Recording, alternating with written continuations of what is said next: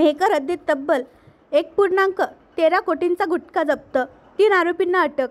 स्थानिक गुन्हे शाखेच्या पथकाने गुटखा माफियाविरुद्ध जिल्ह्यातील सर्वात मोठी कारवाई करीत तब्बल 1,43,00,000 रुपयांचा ऐवज जप्त केला आहे। समृद्धी महामार्गाद्वारे मुंबईकडे 2 ट्रकमधून गुटखा नेण्यात येत असताना 30 सप्टेंबर रोजी मेहकर हद्दीत ही कारवाई करण्यात आली। या जिल्ह्यातील प्रकरणी पोलिसांनी 1.13 कोटींच्या गुटख्यासह 2 ट्रक जप्त केले आहे। दोन्ही ट्रकच्या मालकासह एलसीबीने तिघांना अटक केली आहे।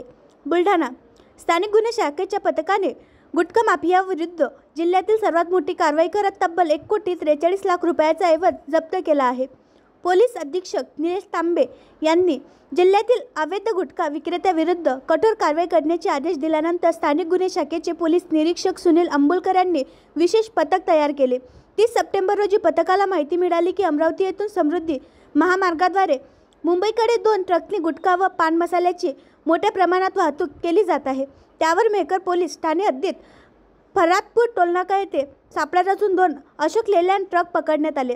तपासणी दरम्यान ट्रकमधून गुटखा भरलेली 264 पोती, एकूण किंमत 1,13,09,760 रुपये तसेच 2 ट्रक किंमत 30 लाख रुपये असा एकूण 1,43,09,760 रुपये किमतीचा मुद्देमाल जप्त करण्यात आला। या प्रकरणी पोलिसांनी मोहम्मद इम्रान मोहम्मद हाफिज वय 28 राहणार बियाबानी मोहल्ला अचलपूर जिल्हा अमरावती, अजीम बेग हाजिम बेग वय 36 राहणार अन्सारनगर अमरावती, एजाज अहमद अजीज अहमद वय 31 राहणार शिरजगाव तालुका चांदूर बाजार जिल्हा अमरावती यांना अटक केली आहे।